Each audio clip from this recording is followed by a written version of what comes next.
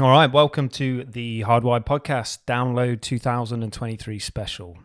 Again, joined by my co-host Liam Barlow. How we doing, Liam? Are we ready for Download? I am very ready now. More so the last few days, I got my tent out of storage, so I'm like, right, build up time, and I need some new tent pegs. So this will remind me. Anyone that's a bit of a tech-savvy person might have noticed for the first 3 episodes that these microphones weren't even plugged in. So we're going to try them out this time and see if we can get a better audio recording. Yeah. Good, man. Right, let's get straight into it. Download 2023 is literally about a week away by the time this show comes out. I'm very ready. I've been doing my normal thing where I listen. I have the lineup on my computer and I start listening through bands. So I seem to forget about big bands because I'm always transfixed on a certain other band, which I'm not going to mention this week. Malevolent, but I'm not going to do it. So yeah, I've been smashing through like loads of Alter Bridge and Pendulum choice. And Disturbed, and yeah, I'm ready for it, man. I'm really ready for it. It's going to be very, very tiring, the 4 days compared to the 3 days. But just because you mentioned Disturbed, I'm going to throw this out there right off the back. Probably a very controversial opinion that I get slated for, but I hate The Sound of Silence by Disturbed. The cover song. I love the original Simon and Garfunkel 60s tune. It's so weird and wonderful, and all that fucking distorted reverb on the track. It's so, it's so ambient and weird and of that time, but I fucking hate that remix. Yeah, I know everyone went wild about it. I wasn't a massive fan of it. I saw it live when they played it in 2016, I think. But yeah, I know where you're coming from. Like, Disturbed for me isn't slow thing. It's like Inside the Fire, Down with the Sickness, Indestructible. Like, that's Disturbed to me. Fucking stricken. So yeah, I know where you're coming from. I mean, I don't hate it. I mean, you're going to get slated for that. This is nothing to do with me, by the way. It's mad how popular it's got. I think I looked the other day. It's got 1 billion streams on YouTube, and it's got like the original Simon and Garfunkel's got like 2 or 3 million. Yeah, it's their top listened to track on like Spotify and Apple Music and everything as well. I just think they've overproduced the fuck out of a really stripped back ambient song that's meant to sound like, scary acid trip from the 60s, and they just fucking put all brass and strings into it and just took away from the tone of the original. When they played it live, they did bring out like all the extra drums and like the string quartet, and I did feel like that was a bit unnecessary during a Download set, when I think they just played like a fast one, like maybe Inside the Fire or something like that, and then went into that, and it was just like, okay. But everyone seems to love it, and people say it's like a fucking masterpiece, and I'm like, no, the original's a masterpiece. That's garbage. So bring on the comments. Yeah. Again, I am not involved in Rich's comments there. Direct them at him. But yeah, can we just talk about Alter Bridge? Yeah, mate. I fucking love Alter Bridge, man. Miles Kennedy's voice. If I could marry someone's voice, right, it would be Miles fucking Kennedy. The guy is a god. Yeah, and Tremonti is an amazing guitarist too. Well, he's that good that he got his own spin-off band from a band who are just, well, not as big as Alter Bridge, but main stage big. So is Tremonti playing at Download? Not this year. His old band played like the year before, didn't they? Yeah, Tremonti have played Download main stage a couple of times, but not this year. Yeah, Alter Bridge into Metallica, like fucking hats off to Download. That is perfect programming. A Thursday one, isn't it? That is the best support act you probably could have got for a Metallica show. That's about the first time we've agreed on a band since we started this. I think it is, actually. Fair fucking play. We did it. We found some common ground. Well, we're going to agree on the next one as well. Your favourite band, they released their brand new song the other week, which it will be out by the time this podcast launches, but we haven't heard it yet. That Pendulum's new one. Yeah, with Bullet for My Valentine. Yeah, I mean, I heard the teaser, and that sounded massive. Yeah. And obviously, let's address the elephant in the room. So Five Finger Death Punch have dropped out of Download for health reasons. Yeah. Secretly, I was like, obviously I don't wish any harm on the guy. I hope he's nice and healthy, but thank God there's a new slot available to fill that. Yeah, it's like the most controversial band on the lineup, probably Five Finger Death Punch were. You either love them or you hate them. Yeah, not for me at all. But the rumor that I've seen going around is that Bullet might be taking that slot. Yeah, they've taken a slot at Rock and Ring, your favourite festival. If I'm allowed back. So the chances are, and obviously by the time this comes out, the band probably would have been announced unless they do it as a secret band. But Bullet for My Valentine, it does make sense. I think it'd be great, and they were so good at the pilot. I think it will be them. They might do it as a secret band. I mean, the other strong rumour was Skindred, but they played main stage last year. And I think Benji Webb has addressed it personally that it's not going to be them. I mean, it might just be a marketing ploy. Yeah, I think Skindred would be okay. It'd be, but it wouldn't be nothing new. You know what I mean? They should have probably been on the lineup from the start, given that it's the 20th anniversary. I mean, the other band that it could be. Go on. What? It's got to be Limp Bizkit, baby. Oh no, I wasn't gonna say that, man. I think it will be a British band. Yeah, probably. I mean, there's one band who are blowing up in this country at the minute. I'm not gonna say from Sheffield. They are from Sheffield. Is it While She Sleeps? Fuck off. But no, you know that's just my pipe dream, my personal thing. I think it will be Bullet, and I think by the time this comes out, I mean, I might be wrong. It might be someone completely fucking different, or it might be Limp Bizkit. Time will tell. But yeah, back to Pendulum. It's going to be absolutely amazing. Can't wait for it, mate. Can't wait for it. That's the point where I stop being professional and put all the camera gear away. What night are they on? Friday. It's going to be Friday evening. I think it's Pendulum all into Architects into Bring Me, which is just a solid 4 hours of just the best. Right. So you've been going a little longer than me. Yeah, probably only just because I'm a bit older. Yeah. You probably would have been there if you could. I probably would have. Yeah. So my first year was 2007. My 15th year this year. It's like a personal milestone for me, just as it is for Download. But you went a bit previous to me, as you can see by you've done in the. I can't believe you still got a T-shirt from 2003, mate. But I bought this T-shirt in 2003 at Download. All they had left was extra large, and it still doesn't fit me 20 years later. Wow, mate. The size of the thing. Wow. That printing is it's quality, isn't it? It's immaculate. It looks like it's been done on paint. That is so. What was 2003? That was the first one, wasn't it? Yeah. Let's get the lineup up and let's reflect on the last 20 years of Download. Yeah. So when I was growing up, obviously I'd heard of Monsters of Rock. I think I had a Live from Donington I Maiden CD, which I used to cane as a kid as well. And then I remember looking in Kerrang one day and opened it up, and boom, there was the new Download thing. I was like, wow, Iron Maiden and Limp Bizkit. Like, my 15-year-old child had just exploded. So I asked my dad if I could go. Originally, he said no. But after months of persuading him, he sort of let me. And to be fair, man, it's madness to think that at the time, 4 15-year-old kids just turned up to Download unaccompanied. Got straight into the campsite with loads of beer as well, loads of weed in the backpack, and just got straight into Download Festival. Dude, I went when I was 13, right?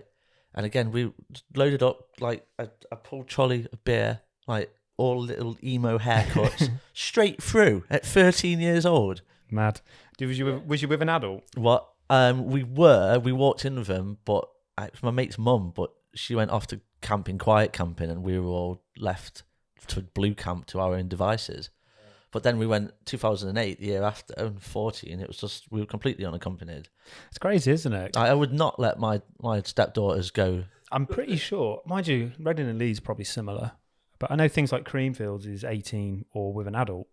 Do you know what I mean? Our festivals are 18 or with an adult. I think it's 14 plus camping with an adult now, or 16 plus. But yeah, talk me through 2003. So, if you can remember back to the dark ages, mate. I always remember sort of first getting there and just being like, you know, wow, what's this? The biggest gig I'd only ever been to 2 gigs previously before that. So the first gig I ever went to was Slipknot at the NIA in Birmingham. And that was like fucking jaw-dropping, opening, mind-blowing experience. And then I went to watch him at the Birmingham Academy 2 with literally like 6 people. And it was like in Academy 3 room, like up on the balcony, tiny bit. There's like 17 people there.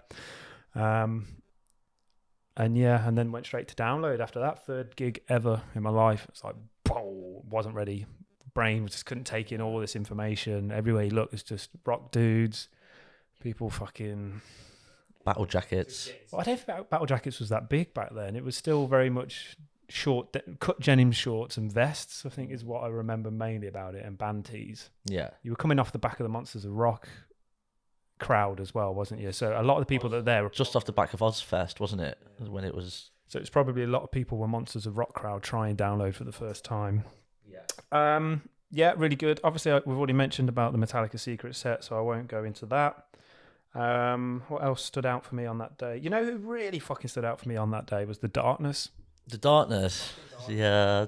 I didn't watch them live, but there used to be like a market. You'd have the big stage, and there was like a market round the back. And I remember walking around the back of this market, like buying fucking spiky belts. Trying to act cool. Like, I need more stuff. I want to be a part of this. Give me the gear. And The Darkness were playing in the background, and I could just hear it. And I was like, this is fucking mint. Like, I'm buying, chatting to people, having a beer. The sun's out. There's like a rock band playing in the back, and it was just like, oh man, this is it. This is what I want. A bit of a similar scenario. My first year, I did the same. You know, like wow.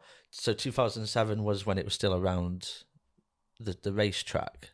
You had the main stage in the middle, and I was walking around the village, and I think I spent about 200 quid on CDs. So I was just like, I need to know everything about this, about what's going on. So what, like Lamb of God, Chimera, Machine Head, just like came back with all these CDs. My mum was like, "Well, you come back to the festival?" It was like festival T-shirts and CDs. It's like, you went to a music festival, you came back with CDs. I was like, yeah. Obviously at the time there was no Spotify. The market was a big part of it. I remember on the first day queuing up on Saturday to get into the arena, and the arena must have been delayed by about 25 minutes for some reason. And they had a watchtower with a security guard in the watchtower, and like everyone around it was just chucking shit at him, like, let us in, let us in. This guy's just getting pelted, like, no. And that was like my first ever experience of like mob mentality at a festival. And I was like, oh yeah, this is mint, give me a bottle. Straight in there. Easily corrupted then, Rich, even at a young age. And then obviously Limp Bizkit dropped out, which was heartbreaking. Absolutely heartbreaking, because Wes left the band like 2 weeks before they were meant to play, so that was a heartbreaker. But Audio Slave replaced them, and I'm so happy looking back, got to see that. Chris Cornell. Yeah, and I was a big Rage fan anyway, so for me that was fine, really good. But the main takeaway from it, literally, my dad dropped me off, and then he said when he picked me up 3 days later, he picked up a different person. And he was like, something's changed in you, mate. Like, you know what I mean? You've not come back the same person that you were. And it's like, yeah, man, I've just been on like this wildest journey of my life at that age. And then it was from that day that I was like, bam, yeah, I'm going to do something in the music industry. I was too shit of a guitarist to be in a band. I'm a pretty shit drummer too, but, other things, there's other ways to be a part of it. Of course, yeah. It was from that. And that was 2003, mate. So my first year was 2007. So talk me through what I missed from 2003 to 2007. Talk me through them years. Yeah, so 2004 was the year that Linkin Park first played and Metallica were the second headliner. Who are Metallica? We've never mentioned them before. No, never heard of them. Couple of funny stories from this one, mate. First one was it this year, actually? It was this year, yeah. So do you remember, obviously Jackass? Yeah. So Steve-O and Chris Pontius did the Wild Boys. Do you remember that? Their spin-off. Like when Steve-O was a raging alcoholic. Yeah. So they had like a spin-off show where they brought like live animals on stage, and he got stung by a scorpion on his tongue and all that kind of crap. And Electric Six were playing after the Wild Boys. And at the end of Steve-O and Pontius's set, he came out and he was like, I fucking hate Electric Six. So I'm going to give out 200 eggs to the front row. And he gave out 200 eggs. Electric Six come on, all wearing white suits. Yeah. Just stood there like that and boom, boom, boom, boom, boom. Absolutely pelted with eggs. Bastards. Yeah. Never seen Steve-O back at Download since. But at the time, obviously, I was like, oh, yes, this is mint. Like, again, just mob mentality. Yeah, and just the Jackass style, innit? It was like... You begin to paint a picture for me here, Rich. Like, you're very easily influenced. Possibly.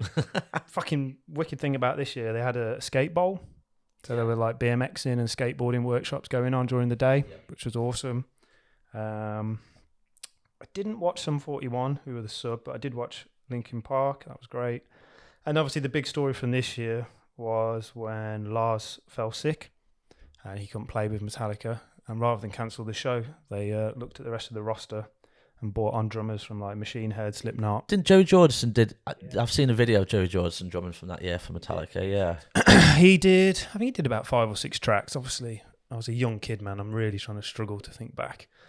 But one thing I did remember from that was how we were like right at the front and how hot it was at the front. It was pissing down with rain, but because it was so hot at the front, like the rain was kind of evaporating before it even got to she was kind of like in this dry bubble at the front, and you'd look behind you and it was just like fucking pissing down everywhere. Yeah, Machine Head was great that year. The Machine fucking Head chant, that was when I was first introduced to that, and I was like, yeah, this is great. One of the biggest circle pits I've ever been in was at that show. And yeah, that was 2004, man. Good year. Yeah. So 2005. Talk me through that. I know this is when I first started reading about Download. I mean, the one thing I know from 2005 was Trivium getting moved from second stage to main stage at the last minute, which sort of they define as one of their career-defining moments in the early days of the band. And I vividly remember being stood in the crowd, and fucking Matt was there in the crowd watching bands all day. And I'd only just heard of Trivium because I'd got like it was a Kerrang VHS, and it had Paul Harder of Strings of Martyr on it. There's a track, and that's the only track I'd heard, and I was like, oh, this is fucking wicked. And I was like, I think I recognise him from the video. And then literally like 10 minutes later, he's on stage playing, and it was awesome, man. Really good. Didn't watch Feeder, didn't watch Garbage, didn't spend much time on the main stage on the Friday, apart from Megadeth. Megadeth. I remember watching A for the first time. I remember that fucking "Give Me Some Love" tune. New metal tune there. New metal, yeah. Yeah, looking back, I remember watching Chimera in the Big Tent. That was the first time I'd seen Chimera, and they were doing the split down the middle. You know, where he does. Yeah, but they do like the whole of the tent, and I think he calls himself like what's the biblical character? Moses. He parted the Red Sea. I'm fucking Moses, and I'm parting the Red. He did it all the way down the whole thing, right to the back of the sound desk. It was huge, mate. Yeah, and then the Saturday was like about the 5th time I'd seen Slipknot. Starting to get a bit tired of Slipknot by this point already. I've not even seen them once at this point. Talking of Killswitch, that was the first year I saw Killswitch Engage as well. And that's when I let them in, because at the time I was a bit anti-metalcore, and then I watched. You let them in? No, I mean, I let them into my brain because I had a bit of a block on metalcore for a while, and I was like, I'm not sure. And then we watched Killswitch and Download, like, yeah, I get it. This is fucking sick. System was pretty much your standard System set, but Slipknot into System is and Slayer Slipknot System. Yeah, that's hard. Yeah, man. And then I remember the last half hour of System, I was just like, battered, bruised, and I just went and got a cup of tea and sat down for 5 minutes. I was just like, man, I've been moshing for like 4.5 hours. Like, I need some air. So that was that year. What was next? 2006. We're getting close. You're almost in the game. I'm ready, mate. I'm ready. Yeah. Oh yeah. Now this was a big year. So this was the year of the riots, when Guns N' Roses, wasn't it? And the riot police literally came to site. I remember seeing like 20 riot police stood there with shields, and people fucking grabbing pick and mix off one of the stalls and launching at them. And I was like, whoa. Because I've always heard rumours about what happened that Sunday night. Everyone that I spoke to has been different stories. You were there. Yeah. What happened at the end of the Guns N' Roses set? Why everyone started kicking the fuck off? I don't know.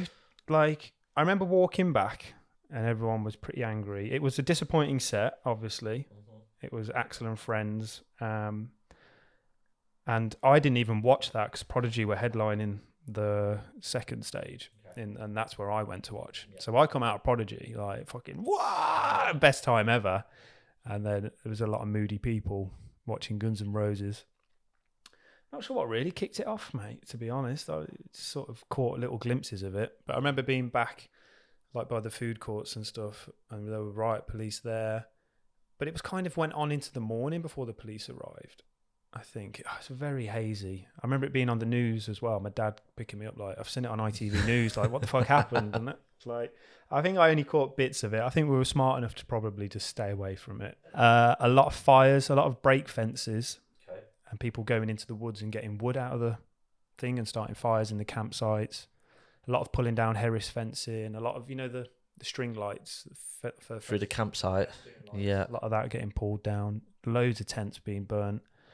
I remember that's when I saw an air fucking deodorant can blew up inside this tent, man. It flew right past our head. It was like, you know, the base off the bottom. It was just pretty rowdy, man. Really rowdy. But I remember just trying to get off site in the morning, probably as fast as possible. Yeah, it's them situations. I mean, nothing on the scale of that, but you know, there's been a few Sunday nights at Download where it's been tents have been burning and stuff like that. And I know from the outset, it might seem really fucking cool, but when you're in it and you're walking past someone's tent who's on fire and you're like, I've got to sleep soon, it's quite scary. But okay, right, the rest of the weekend, talk us through that. What was 2006 like? 2006 was a very special year for one reason. I don't even know if I should fucking tell this story, but watching The Prodigy was the first time I ever partaked in a narcotic. A narcotic at a festival. Right. So we'd met these Scottish lads, always Scottish lads, isn't it? Yeah, man. Yeah, they love it. Shout out Kip and Dean if you watch him. But yeah, I tried one of their disco biscuits and went. I went and watched The Prodigy, and my God, yeah. So the real reason, let's just double back to what you just said about the Guns N' Roses riot, you being really excited. The real reason you were like that is because you were off your fucking tits. Yeah, that's probably why I didn't want to join the riots, because I just wanted to hug people. Stop burning stuff, man. Oh, everything's great, man.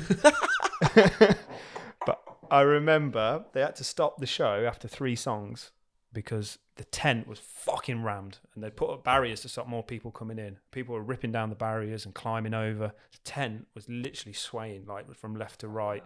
It was wild. Every pillar had about 50 people climbed up on it. It was fucking insane, and you couldn't get enough people in there. Maybe that's what caused it as well, programming issue, because Guns N' Roses was so bad, everyone went to Prodigy, and you can't fit everyone in there.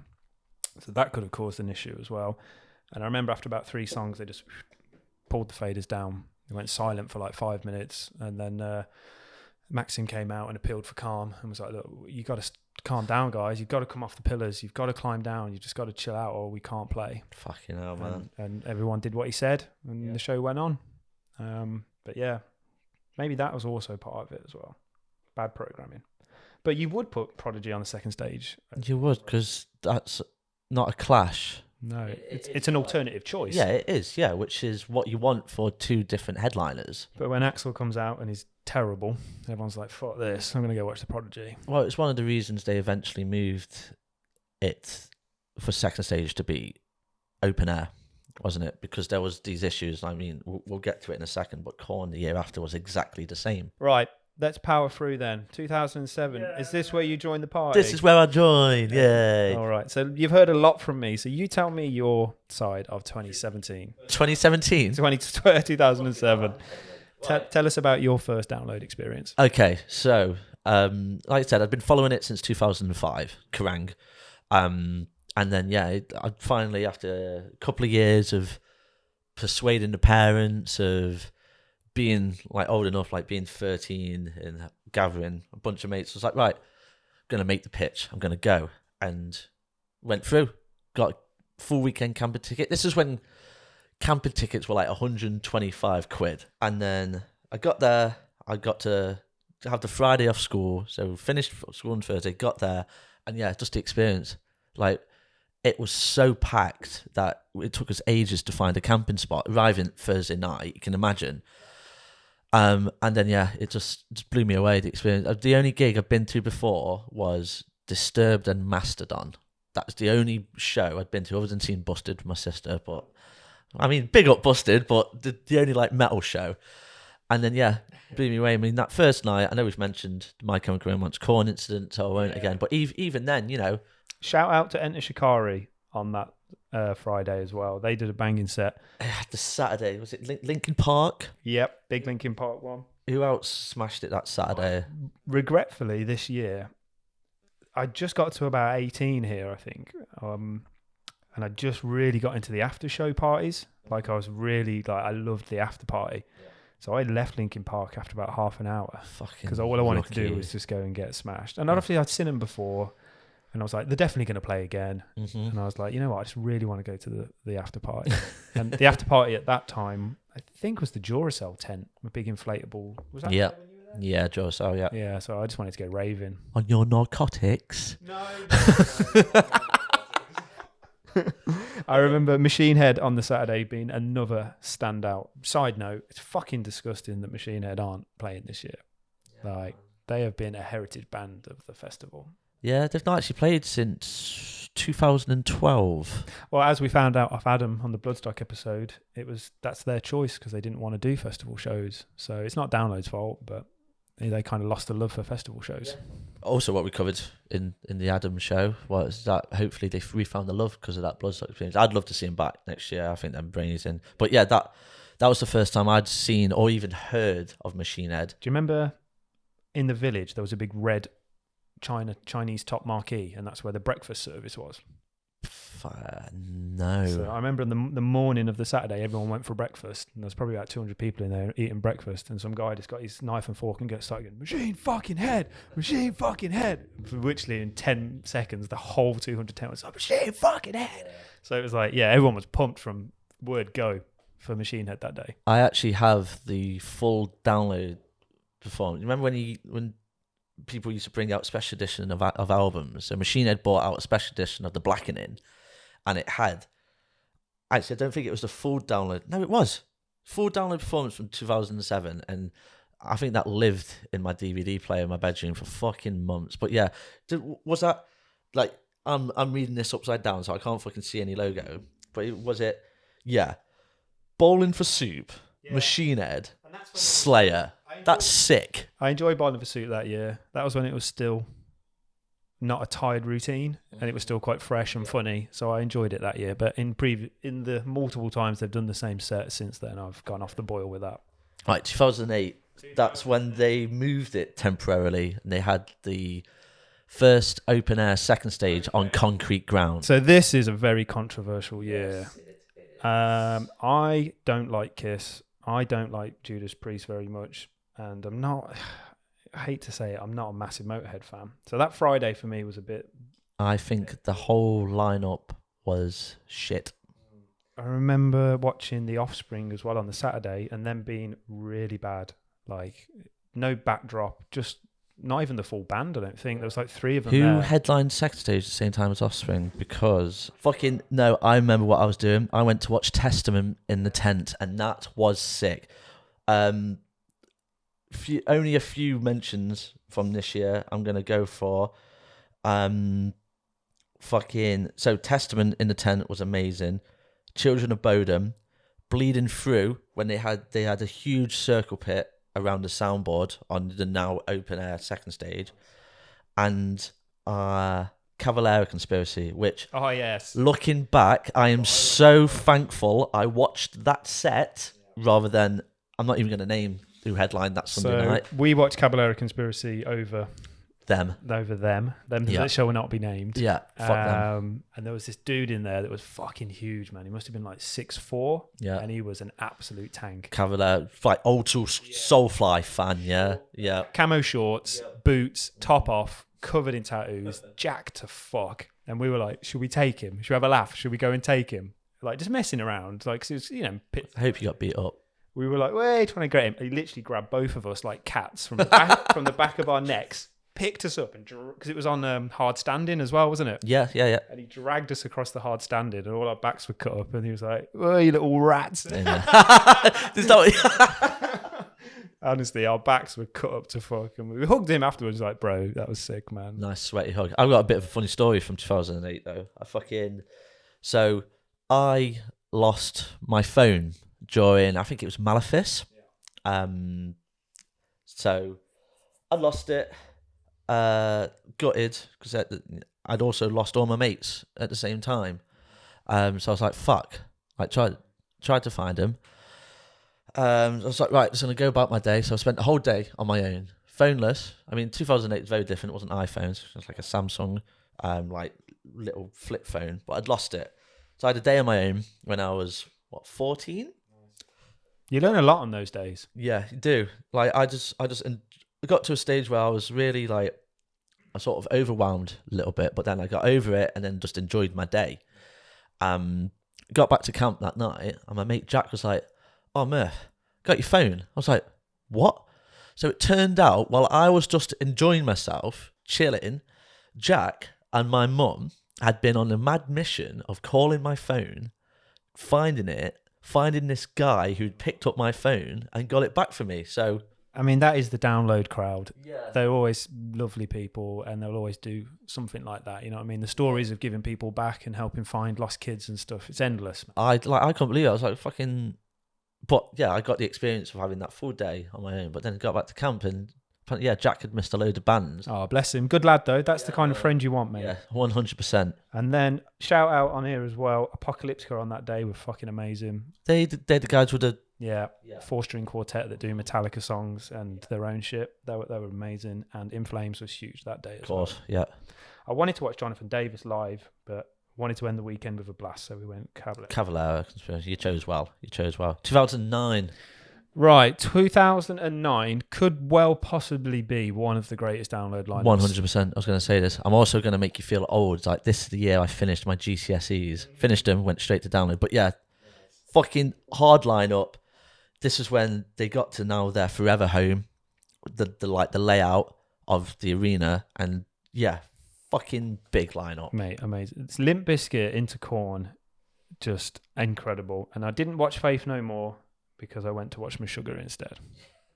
and that was the year when I've really discovered Meshuggah, and I was like, fucking hell, this is brutal. This was the first time I ever saw Slipknot, and it blew me away. This is when I still kind of like Slipknot at this point, but I was getting bored of them. And the fact that Prodigy was the alternative choice, it was just no contest for me. But to have Pendulum, a little bit of a gap for some beers, and then go and watch Prodigy, fuck me, what a day. And I've already seen Limp Bizkit already, and Korn. I'm in a good, happy place here, mate. Big up. I mean, if you're an old school fan as well, that Sunday, like ZZ Top, Whitesnake, Def Leppard, 2009, summary, one of the best years yet, mint lineup. Let's move on to 2010. I mean, there's two major things from 2010 which I'm going to mention while you're pulling up that lineup. One, this is when we found out that AC/DC had that last minute rider request for their own stage. So this is actually the first time I ever missed a Download. Because I went to Sonisphere instead. Boo. You run me through it. I Okay. wasn't there. So obviously we found out when we spoke to the booking team on episode 1. Fucking hell. That AC/DC bought their own stage, and they requested that in April as a rider, which is mad. But Rage Against the Machine, man, this was 6 months after they had won Christmas #1 for Killing in the Name I'll of. be honest, that Saturday is fucking amazing. Megadeth, Deftones into Rage. I really missed out. I mean, before that, Lamb of God, Oh, I didn't even see that on the small print. and then Five Finger. Oh, yeah. Yeah. But yeah, there's not a lot of times where I've stayed on a stage at Download. It's a lot of thinking, but that was just... Non-moving. Yeah. I bet it was, no wonder it was packed. Yeah. Bullet headlined second stage the Friday, but what they did was they had AC/DC play on their own, and no other band played when DC was on. So Bullet killed it. I can't really remember a lot about the Sunday. Did you stay for Aerosmith? No, I watched Stone Sour. Good choice. Yeah. I think it rained a lot on that Sunday. Right, moving on to what is another solid year. 2011, first time I saw System of a Down. For me, it was the second stage on the Friday. Korn into Pendulum. Come on, son. That's when I saw Bring Me the Horizon for the first time as well.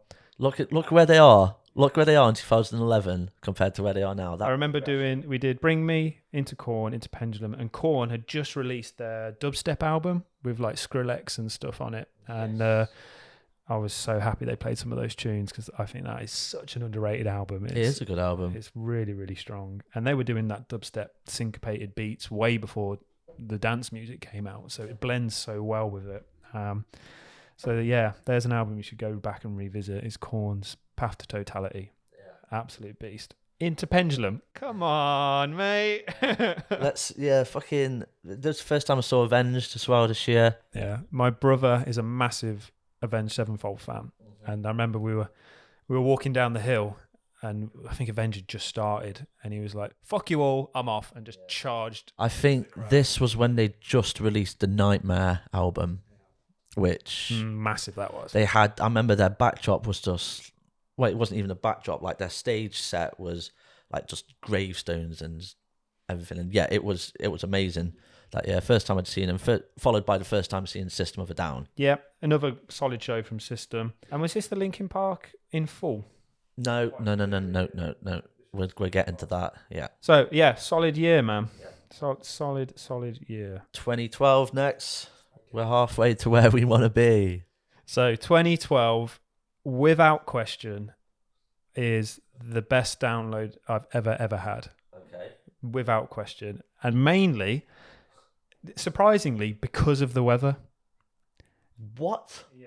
No. 2012? Yeah. Because of the weather. Do you not remember the Friday? I remember all of it, mate. Right, so Cancer Bats got cancelled because of the wind and rain. Yeah.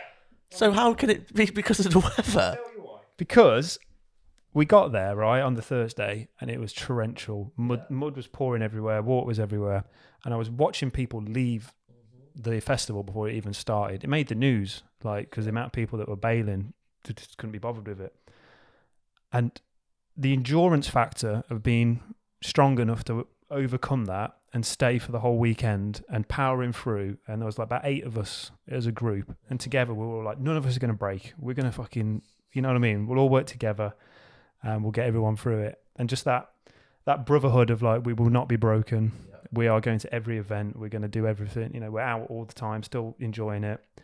And just, yeah, that's why it was such my favourite personal one, because it was an endurance test. You felt like when you came out the other side of it, like, you know, like it's been to war or something. You know what I mean? It was true. It was torrential on that Thursday, but I remember the Sunday when Soundgarden were on.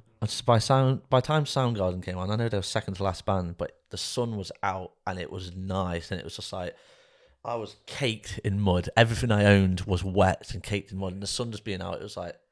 I mean, Metallica the night before, like, completely fucking played the Black Album in full, didn't they? Shout out Chasing Status as well, man. Fucking, that was so many people like, why Chasing Status playing? And then they came out and smashed it, and I was like, Jesus, man, this is great.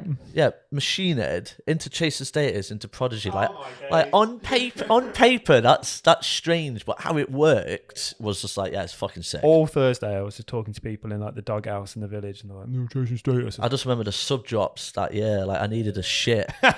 And then the sub drops just didn't help that fact. And I was like, oh my God, I'm going to shit myself in the middle of a Chasing Status crowd. Yeah, fantastic. Obviously, Metallica did Black Album in full, yeah. Trivium again, smashed it that year. Lamb of God smashed it that year. Tenacious D was good that year too. I really enjoyed that. I forgot Tenacious D played that year. The one and only time I've seen him. Yeah, that was when they played Tribute, and like I couldn't hear the PA speakers. I could just hear the crowd. Like that was wicked. Best year I've ever had at Download, just because of how enduring it was to get through, and not removing the fact that the Prodigy played. Yeah, and Metallica. Yeah. I'll kill switch on there. They fucking should be. I reckon they are somewhere, aren't they? No, not this year. Five Finger Death Punch though. Devil Driver. They're good. They deserve a shout. Shit. Right, I forgot to mention something. 2009. Devil Driver. In the Big Top. No. That was 2007. 2009 when they set the record for the biggest ever circle pit on main stage. That was sick. And that was a hot day too. Yeah, it was. Right. Then the next year is what? Rammstein's first time. 2013. Another solid year, really. I didn't watch Rammstein. I watched Limp Bizkit, obviously. You didn't watch Rammstein? I didn't watch Rammstein. Had you seen Rammstein before? No. And you watched a band that you'd seen like 47 million times? Yes, because I knew I was going to have a better time at Limp than I would have at Rammstein. That Rammstein show was incredible. I heard it was not the year there was a lot of technical issues for Rammstein as well. Didn't they have to shut down for like 15 minutes? What else happened that year? Slipknot? I skipped Slipknot that year. Didn't bother. I actually went to bed.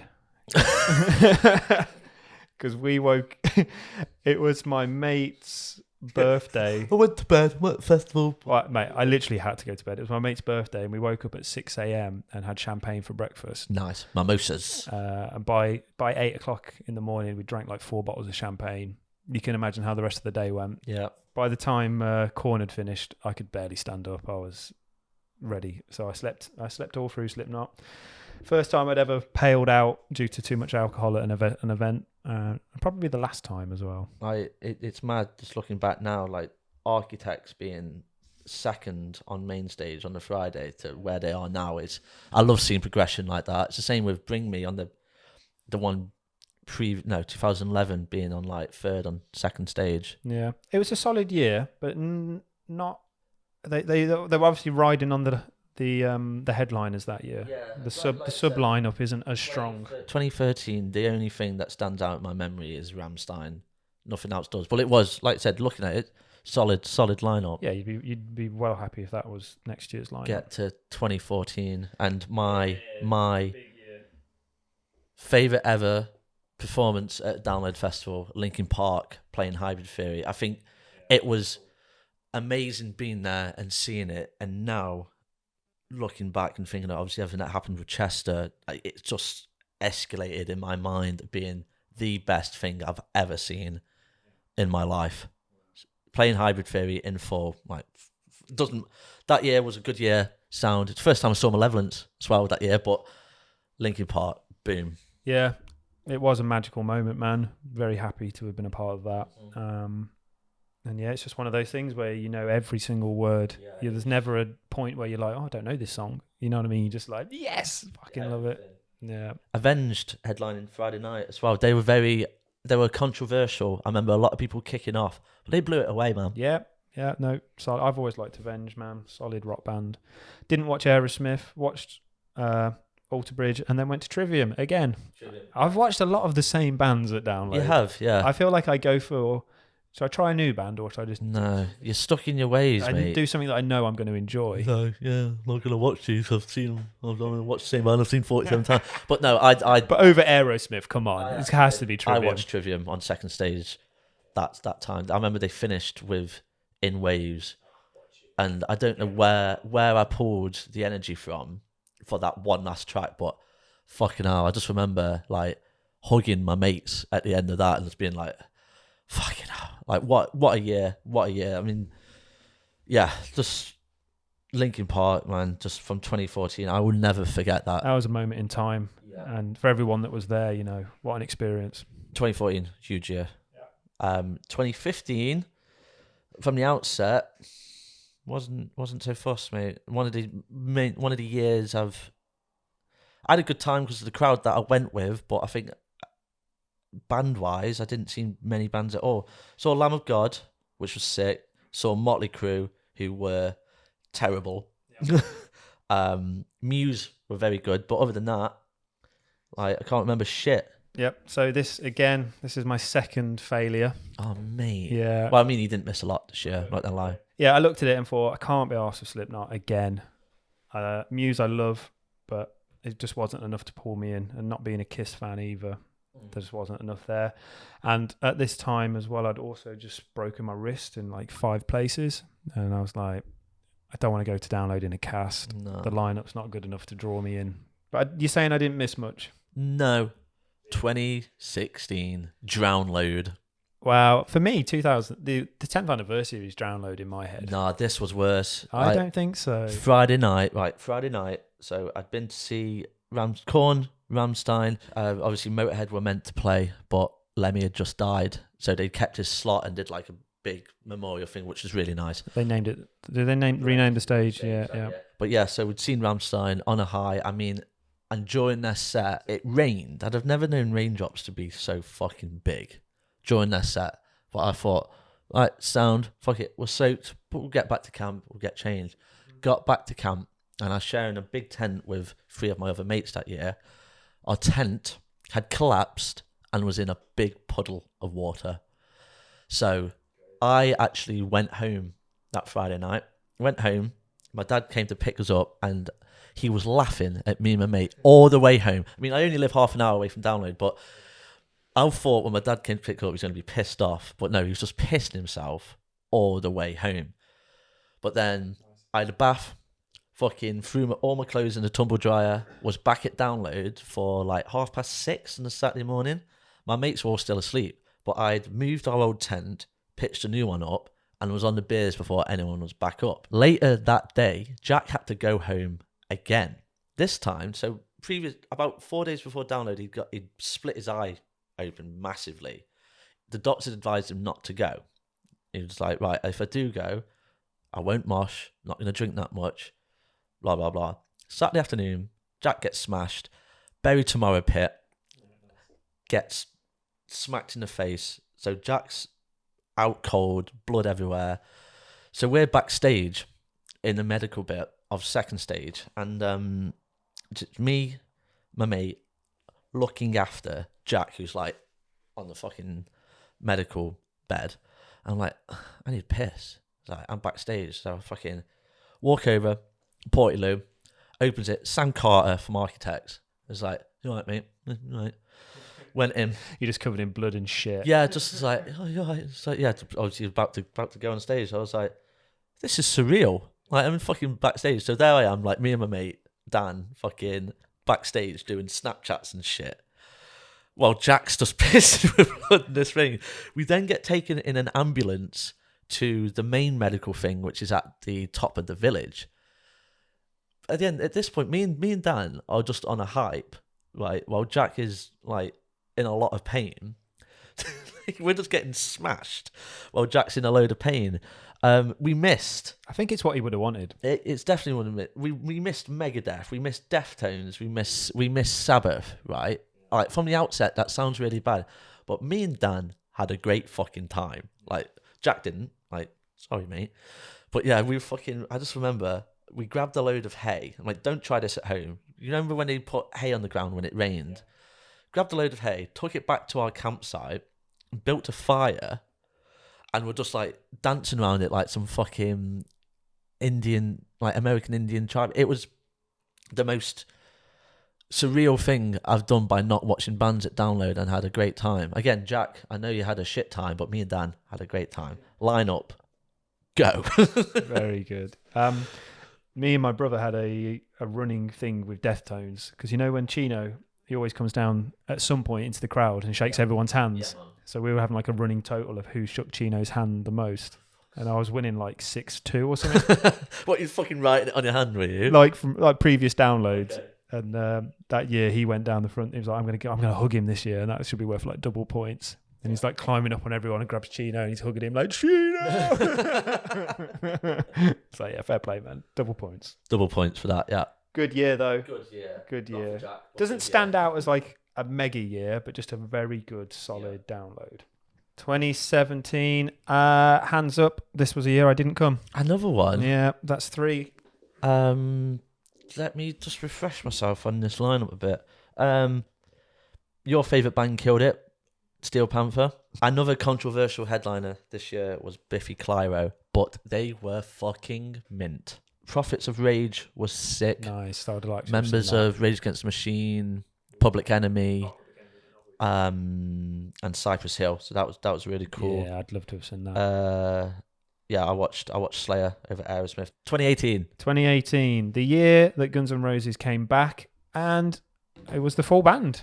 It was the full band. Did you enjoy it? I didn't, no. And I'd seen them 2 weeks prior in London at the West Ham ground, and it was fucking insane. It was so good, mate. And it just couldn't live up to how good that London show was. Yeah. Blackstone's Cherry, massive shout out to them on that day. That was a great set. The sun was just set in. It was beautiful weather. Blackstone Cherry just playing this like bluesy metal. Those country riffs, man. Yeah, I do like Blackstone Cherry as well. That was a sick set. I remember I watched Parkway Drive that year. They headlined. I just remember the stuff that I saw of Guns N' Roses. I mean, they played like 4 cover songs. I mean, I don't know why. They've got an entire backlog of stuff. Right. 2019. So yeah, I remember. This is actually the first year that I actually worked at Download. Kind of unofficially worked at Download. So I ran a glamping satellite village about 20 minutes away from the site. So we had about 100 glamping tents that people stayed on. And every morning we'd put them all onto buses, take them over to Download, drop them off. I'd go and enjoy the day, and then at the night, like 2 a.m, I'm walking around the bus thing, like shouting, James Dean events, like a prick, trying to get everyone on this bus that's absolutely off their fucking trolley, trying to make sure I get all of these 200 people back to this campsite. Just fucked. They were just like all over the place. One kid, like the last bus we ran was at 1 o'clock. So if you missed the last bus, you were stranded at Download. And 2 lads got stranded at Download. I know. And I was sat there. We kept the bus till like 1:20. And I was like, they're not here. And the bus driver was like, I got to go, mate. I'm not getting paid to sit here. You know what I mean? But good year. My absolute favourite set of that whole weekend, don't care what anyone fucking says, Antwood. Fucking mint. Controversial now. But yeah, for me, Trivium just before, they absolutely were incredible. And that whole set is on YouTube as well, and it was a really strong set. It was just an experience to watch them, to be honest. Yeah, and obviously Antwood are a controversial topic now because of all the news and stuff that came out. But in that moment, before all that happened, I absolutely love that. And those speakers they've got at Download are so good. And when you play a bit of heavy bass, heavy bass dance music through it, oh man, it sounds so good. Your heart is like skipping a beat. And then it was Slipknot after it. Again, a weird like thing, but it worked. It did work. I skipped Slipknot that year. I think I watched about half an hour of it and was like, nah. And I went to the Rocktail Cocktail bar instead. Yeah. And we'll hear about that in a bit. We will. Who else played? We had Lamb of God. Amazing. Yeah, always an amazing set. It was a good year, to be fair. That's a good lineup. Slash was really good. Yeah, I actually remember. I remember watching Rob Zombie on second stage, and that was sick. Enter Shikari we watched in the evening, so we watched most of Slayer, and then we nipped to catch the end of Enter Shikari, and Fever 333 was on as well. They were really, really good, mate. Yeah, fucking big lineups, man. That was a good year. So that was 2019. So then we had a bit of a break because of COVID.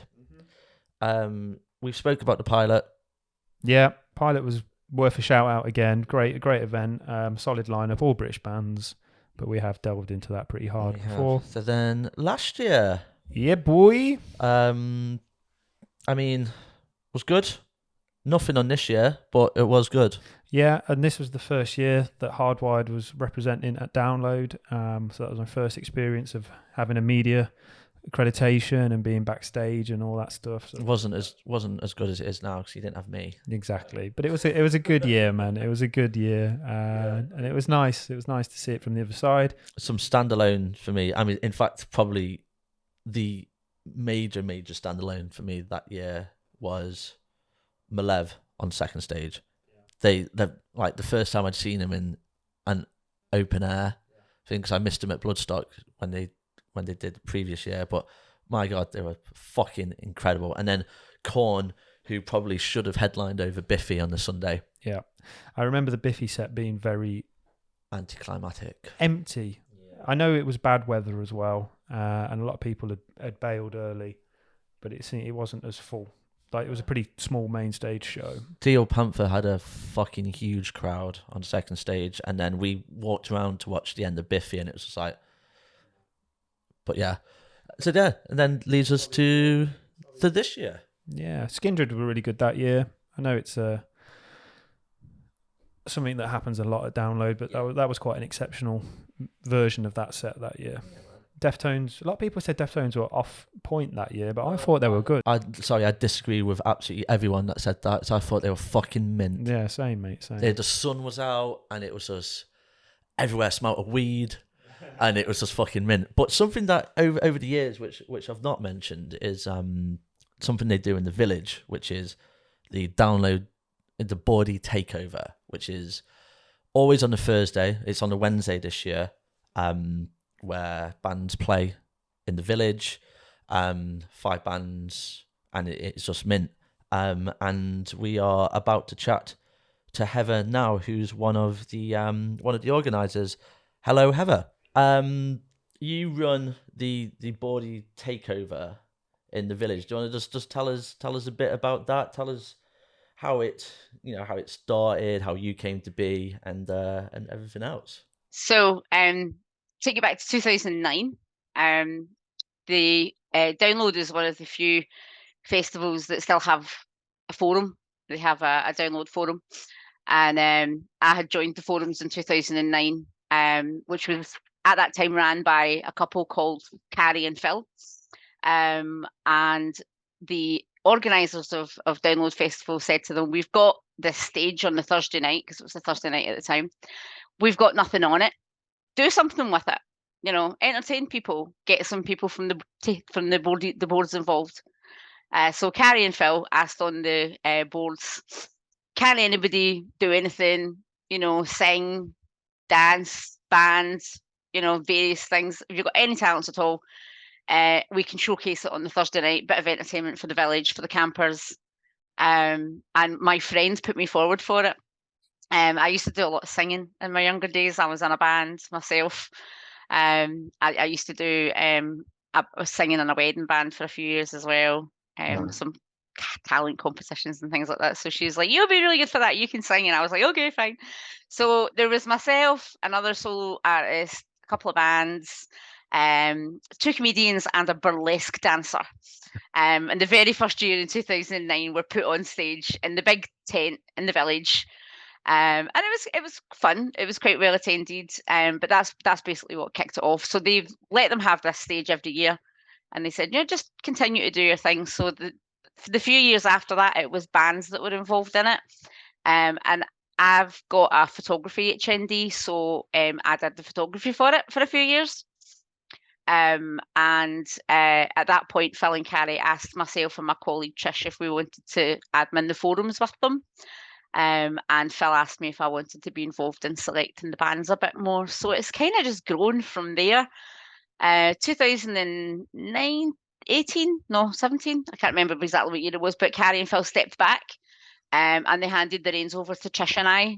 Phil gave me the takeover, and Trish and I jointly organised a few other things on site as well. And we've been running it ever since, and we kind of looked at it and saw what we could do to improve it.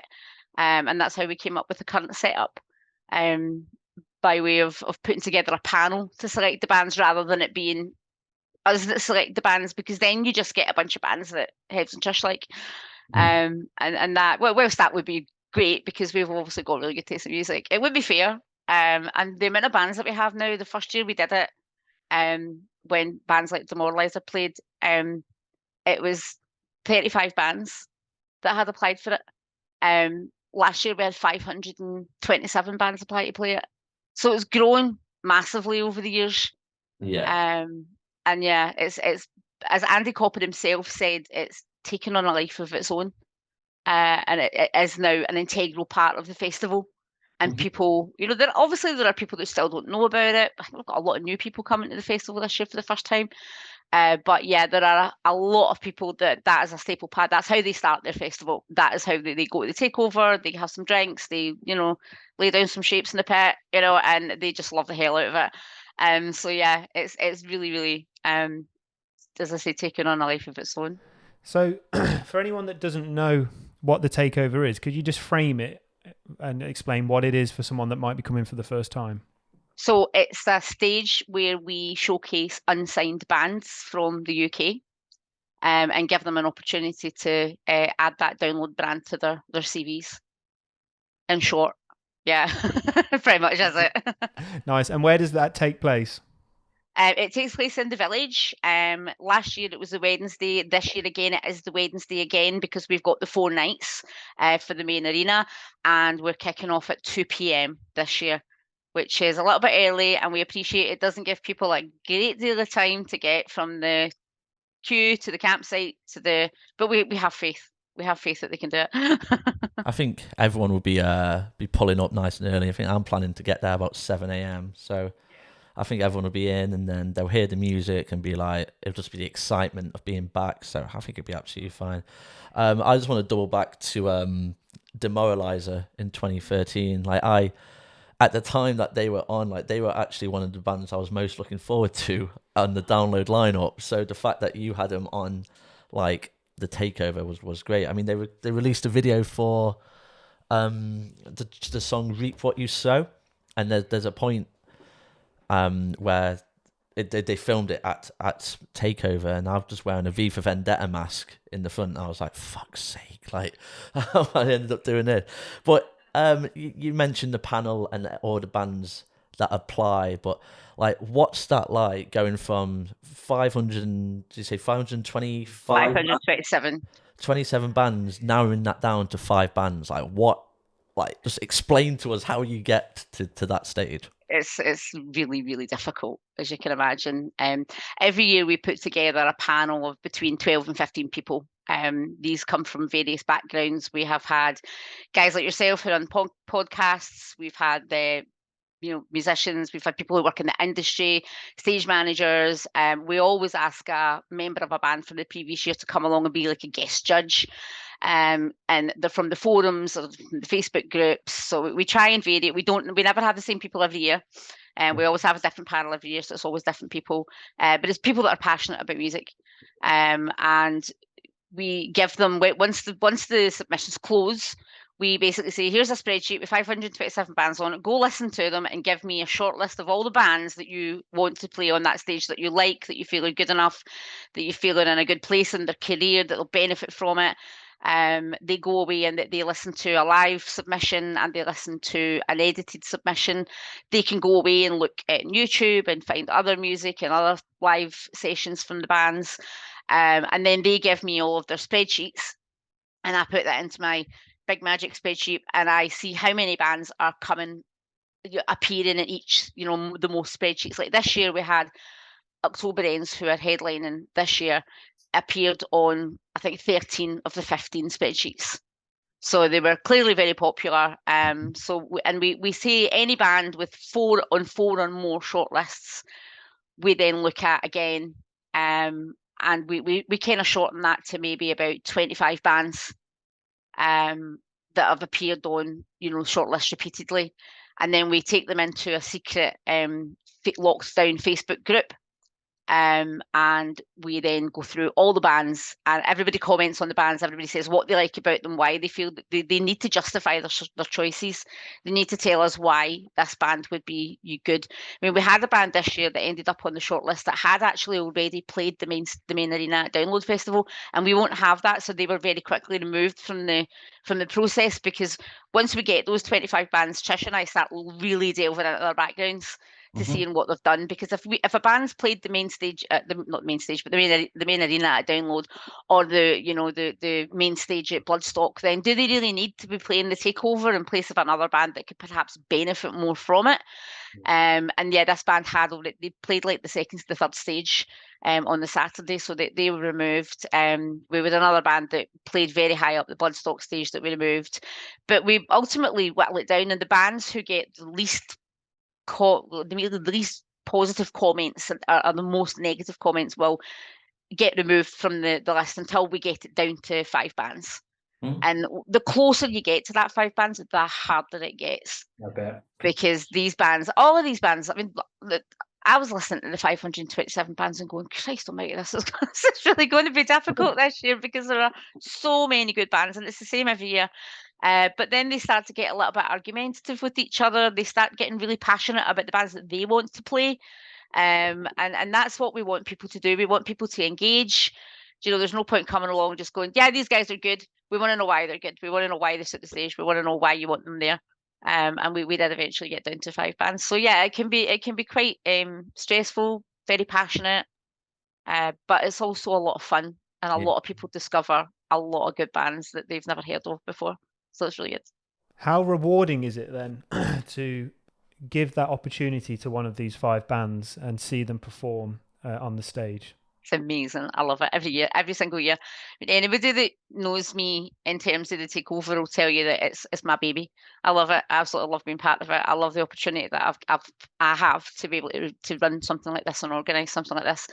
But it's not until the actual day that you really get that buzz, that you really get that emotion from the bands. They all come in. They all head straight for me. They all start hugging me and go, "Thank you so much, thank you so much." And I was, it wasn't me that did it. It's like, you guys did this. You guys got here off your own steam. You know, but it's when they come off that stage, they go up, they're all nervous, they get on there, they do their thing, they play their set. I'm loving it. You know, the crowd are loving it. They come off the stage, and the sheer energy coming off these guys is off the scales. They're so excited, they're bouncing, they're hyper, they're like, oh my God, I can't believe we just did that. And that for me makes every hour I spend dealing with the takeover absolutely 100% worth it, because it's just, it's the apps, they just love it. And it's like a dream for a lot of these bands to play Download. And even if it's, you know, the takeover stage, it's still part of Download. Of course it is. Yeah, it's still playing Download Festival. Yeah, and you've got a captive audience at that time of the day, because there's nothing else on. So I bet they get a good turnout too. So the crowds tend to get, I mean, they start off kind of reasonable crowds because it's early on in the day, and then you get people coming along, as you said earlier, that hear the music and they go, oh, what's this? And you've got people there that are there to see specific bands, and the crowd just grows and grows and grows and grows. I don't know if you've seen the pictures on the Takeover at Download page from the bands that were playing Red Method when they headlined last year. The crowd that they had out in that open, because we didn't have a tent last year, the sheer level about a crowd, that's absolutely blew me away, that all these people were coming to support these bands. So yeah, it was really exciting and really good. My son actually went all the way to the back, and he's like, I can hardly move back here. You know, he was messaging me saying it's absolutely crammed back here, and I was like, yeah, that's what we want. That's what we want for the bands, because we know how much they love it. So who are the 5 bands that are performing this year, and why did you pick them? So the 5 bands who are playing this year, we're starting off with a band called Andromedus. They're actually an instrumental band, but they absolutely kick ass. I think the instrumental acts are kind of making a bit of a comeback this last few years. There's been a lot of bands out there who've had some success with it, so they were very, very popular with the panel. So they're opening us up this year, and following them will be a band from Scotland called North Atlas. They kind of have a different style of music to most bands that I've heard. They're a mix of a whole bunch of different genres. It would be very difficult to slot them into a specific genre. But they describe themselves as filling the gap between Biffy, Clyto and Bring Me the Horizon. So they're very moody as well, but they're excellent. I absolutely love them. And following them is a band called Crushed by Waves, who are just so much fun. They've got a new record coming out on Friday next week, which we'll be showcasing on the Takeover page, so keep an eye out for that. And our sub-headliners this year is a band called Confessions of a Traitor. Now, this is a band that are the epitome of don't give up if you don't get in the first time you try. These guys have attempted to play the Takeover, I think, 3 or 4 times over the years.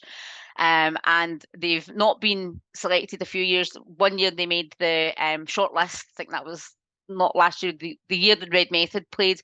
I get my years mixed up because of COVID. They did make the shortlist, but this year they were actually selected. Brilliant band, really good vocals. I'm really excited to see them. And our headliners this year are October Ends, who, funnily enough, a band I'd never heard of until they submitted an entry into the Takeover. This is their first year applying, and they've went straight to headlining it. As I said earlier, they were on about 13 out of the 15 shortlists, including mine. Very, very incredibly popular with the panel. Nobody had a bad thing to say about them. Very, very tight live, very good performers, and they'll be headlining this year. So again, I'm super excited to see these guys as well. I'm excited to see all the bands, but yeah, you know, the headline bands are always they're the final of the day. So those guys I'm really excited about seeing. So I'm preparing to have a few drinks and enjoy it. Yeah. I can imagine you are, yeah. So there's a nice mix on the lineup, which there is most years, but there might be a very difficult question to answer. But what is your favourite band you've ever seen on Takeover? It was the year that Envisions headlined. Yes, very good band, very good year. Yeah, 2018 they headlined. And that was definitely. I've actually been to see these guys a few times since they headlined the stage. Again, that was a band that the tent was absolutely rammed, from front to back, side to side. It was spilling out. You would have thought that, you would have thought that, a really well-known main festival band had popped up to play the tent with no notice, because it was heaving. So yeah, I think, Yeah, In Visions, and also the band that opened that year is a band called Cabin Boy Jumped Ship. I absolutely loved them. They, I think, have had one of the biggest crowds as an opening band, and that's because they absolutely advertised the shit out of it. Don't know if I'm allowed to say bad words on your podcast, so I apologise if I'm not. Yeah, do not worry about this. Is listed explicit online. Don't worry. They absolutely advertised the crap out of their appearance, and a lot of people showed up for them. So they had one of the biggest crowds I've ever seen for an opening band. We also had Altered Sky that year, who unfortunately are no longer together. But they're a Glasgow band, and they put on an absolutely sterling performance.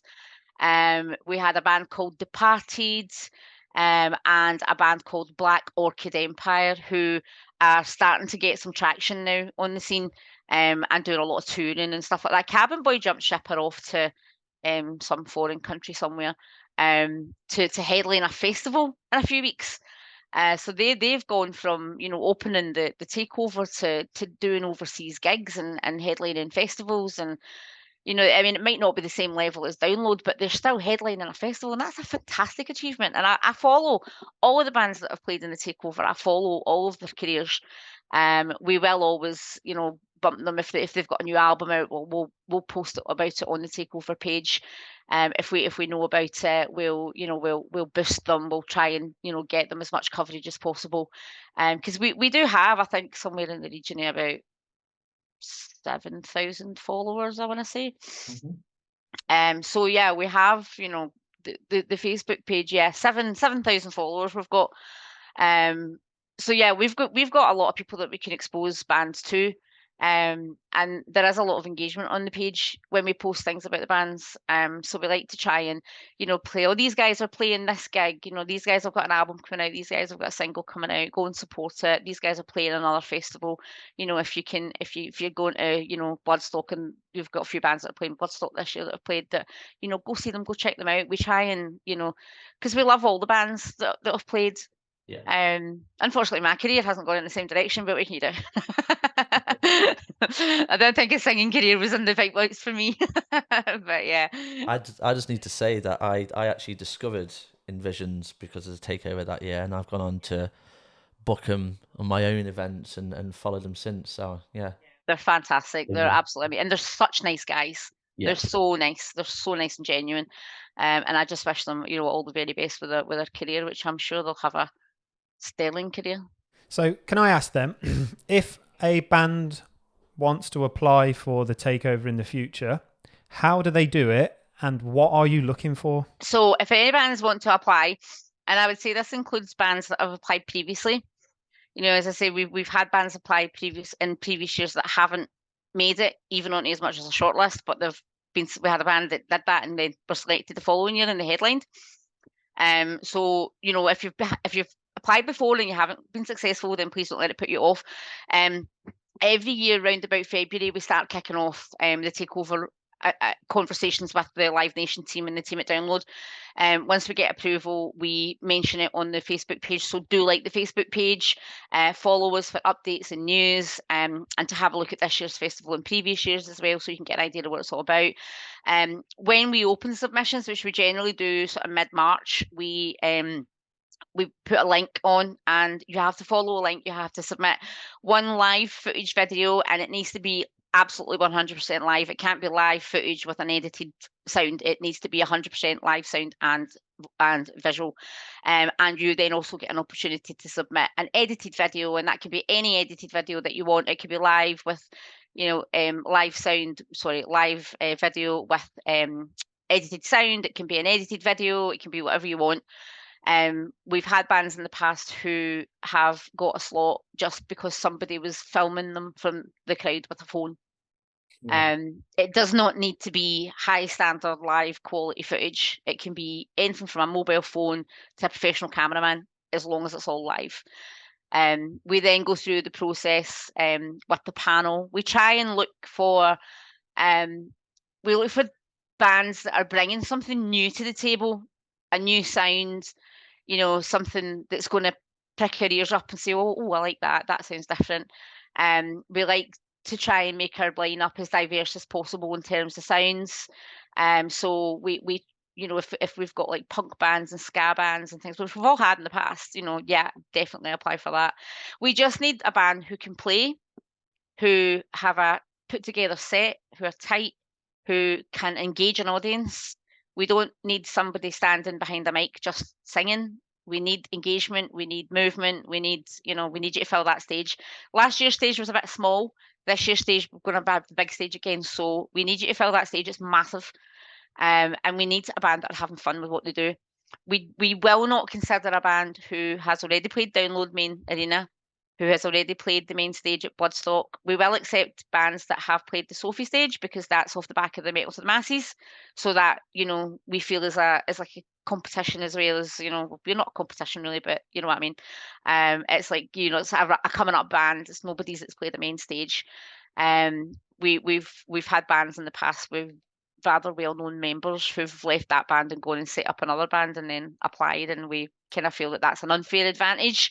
So, anybody that's thinking of leaving, for instance, we wouldn't entertain Vince Neil if he was submitted with a new band. But we're looking for variety, we're looking for talent, we're looking for skill, and we're looking for crowd engagement so that they make the event good. That's pretty much it. Okay, so obviously it's the earliest start, it's the Wednesday, so plug it to people, persuade people to come to you guys from the get-go to come and watch these bands then at Download this year. This is the best way to start your festival, guys. It's been a year. We haven't had Download for a year. It is the absolute best way to start your festival. Rather than sitting about a tent drinking beers with your mates, come and watch the Takeover. I know that Download festivals say that the gates open at 12. The gates historically will open earlier than that if there is a big enough queue. So get your ass out there and get in that queue. 5 o'clock in the morning if you have to be. And I know for a fact that people queue from 2 a.m. the night before. But as long as the health and safety is all signed off and they're ready to welcome you, they will open the gates early. I've seen them open as early as 9 o'clock. Get there early, get in the queue, get into your, a good camping site, get yourself pitched, grab your beers and get down to the village and come and watch the Takeover. These bands are amazing. They need your support. They deserve your support, and they will give you an absolute phenomenal show. Get in there early and get down to the Takeover tent. Congratulations for everything you've done, and fair play for what you're doing to support local bands. And we will see you there at the Takeover on the Wednesday. We will, absolutely. We'll see you at the barbecue. Oh yeah. Yeah, we'll see you at the barbecue for your free food and your free beer. It's been lovely chatting to you guys. Thank you very much for giving me this opportunity to plug the Takeover. No worries. Thank you for your time. Seeing everyone, and I mean everyone, in a couple of weeks. All right, take care. We'll see you in a couple of weeks. Perfect, Hev. Thank you very much. Bye. Right, so as sort of, I'd say, Download veterans between us. Yeah. We've been 30 years experience. Yeah. Total. We've been there and we've done it with stuff that maybe doesn't get spoken about a lot of when you're getting that advice, so to speak. So I put together a little list of advice to someone who's going to Download for the first time. You might agree with some of the stuff I'm saying. You might want to add some stuff, but I'm going to go through it. So, number one is get there, if you're camping, get there as early as possible on the Wednesday. Get in that queue. If you need to quit your fucking job, quit your job. Get there early, get in the queue, get in and get a good camp spot. Okay. I would definitely disagree with that point. My style is definitely arrive. Let's imagine it's a normal Download and it's Friday, Saturday, Sunday. Right. Arrive about Thursday afternoon, about 4 o'clock. Fuck that. No queuing, straight through the thing, straight to your campsite. Your campsite, that's going to be like right at the back. 2 things I always advise, man. Always put your tent on a hill, because if it rains, water runs down away from you. It's people at the bottom that get sludged out. So hills are good. And have that little extra walk and be in a good camping spot rather than just being, we'll just go here right straight away where it gets very crowded and busy. So there are 2, that's how I see it. If you're old and boring, go with Rich's thing. If you want to party, go with my thing. Okay, fine. This one, you've got to agree with me on this one. If you don't then there's something fucking wrong with you. Don't camp near the toilets. Absolutely. Rookie mistake. Don't camp near a toilet. Do not camp near a trodden, heavily walked pathway. Do not park near any fire lanes or restricted areas because they will rip your tent up and move it. Another good piece of advice, try and park near a lighting tower if possible. So you know where you're parking. When it gets dark, not park, sorry, put your tent near sort of lighting. Because when it gets dark at night and it's pitch black, it can kind of ruin your mood a little bit and you sometimes lose some energy. If there's just a little bit of light somewhere, it changes the atmosphere of the camping area. Yeah, that depends on... normally when I camp at Download, there's about 20, 30 of us. We have gazebos. We've actually got like disco lights. So our camp's always buzzing. But a bit of light really helps the mood. The light and something else, I don't actually think I've mentioned it, so sound is... when you're setting up, if someone's putting up a flag... or if there's a distinct landmark where you can see where your tent is, try and get near that. But yeah, right. So don't camp near toilets because if it's wet, it's going to flood and it's going to get muddy and it's going to get near your tent. And if it's hot, it's going to fucking stink. And also, when they come to pump the toilets every morning, you'll be woken up by a disgusting stench and a very loud machine. Plus, the sound of toilet doors swinging open all night. Dun-dun, dun-dun, dun-dun, dun-dun. You ain't getting no kip. Yes, mate. Number 3. I mean, this is very easy to say when you know what you're doing, but don't overpack. Yeah. Pack light. Minimalist approach is my preferred method. You're not going to need 30 t-shirts and 17 pairs of jeans. You're just not. Number 4, and this is something from personal experience, don't get fucking smashed in the queue before you put up your tent. Agreed. I remember a few years ago, it's when one of the only times that I've been where they've actually opened the queue at midday when they've said, normally they open it earlier, but we were right near the front of the queue. We were excited, me and the boys, and we got smashed. And I was falling into the fence and I was done. And I got to the point of getting to where we were camping. And I was like, fuck. And my tent was put up wrong all weekend. Yeah, try not to drink on the way to the event, I agree with. When we went to Rock and Ring, we had to get the train from the airport to closer to the festival. It was about an hour's train journey. And we drank a bottle of whiskey on the train. To the point where we didn't even realise that the train had gone past its last stop. Everyone had got off and it had gone to the depot. And the guy comes down, he's like, what are you doing? What are you doing? We're like, going to Rock and Ring. He's like, look around, we're in a fucking depot. We're in a warehouse with loads of out of commissioned trains. And we were like, are you going to make us walk back, man, please? So he kindly drove back to the last stop and dropped us off. But yeah, be aware of your surroundings, like in that sense. If we weren't smashed while drinking whiskey, we would have been all right. Okay, prepare for the elements. I think over the years of being to Download, I've experienced every single weather possible except snow. So look ahead, keep an eye on weather. If it's going to be really hot, have sun cream, prep up, dress for that. If it's going to rain, which it probably is, waterproofs and wallies. Pro tip, if you forget your sun cream, go and see the St. John's ambulance people because they will give you free sun cream. They will, and big respect to all of them guys, all the work that they do. My next point is something that we've already basically covered, is have a distinct landmark. I mean, we always take our own camp flag. So when we're walking in, it's like, that's where we are. But if not, try and get something else that's going to distinct. Like Download is the campsite, especially this year, sold out. Try and find something where, you know, like that's ours, especially for the first day or two as you're getting your bearings. Yeah, I appreciate that one. It doesn't apply... I don't apply that one, but I've got a very strange brain where if I've been somewhere once, I can always get back there. Okay. So if I drove to Cheltenham tomorrow, I'd just be able to drive back. Not all people are blessed with that, Richard. It's probably a level of autism or some shit. Yeah. I don't know. This one it's a bit of a special mention, and it's not always doable, but try and use the toilets either just after they've been cleaned, as you mentioned, or get to the arena for bang on opening time because they get cleaned in between curfew and opening. Yeah, I think arenas are better toilets in general as well. Yeah, I'd agree on that one. Campsite toilets can be a bit rough. Yeah, get down, run right down to the main stage toilets as soon as it opens, and they're most of the time they're stocked with toilet roll. On the topic of toilet roll, take wet toilet paper, because inevitably you are going to have to take a dump at some point, and you want to make sure that is all squeaky clean by the end of it. So wet toilet wipes, jobs are good. Right, something which I think everyone should be doing is make a list as you go and physically tick off stuff as you pack it. I fucking love lists. Socks, pants, socks. You're going to wear 3 pairs of socks a day. Even if it's hot, they're going to get sweaty. You got to change your socks. If your feet become compromised, your whole weekend is going to be a lot harder. The walk from the arena to camp, prepare for it. Especially if you're camping in normal, it's a mission. There's no two ways about it.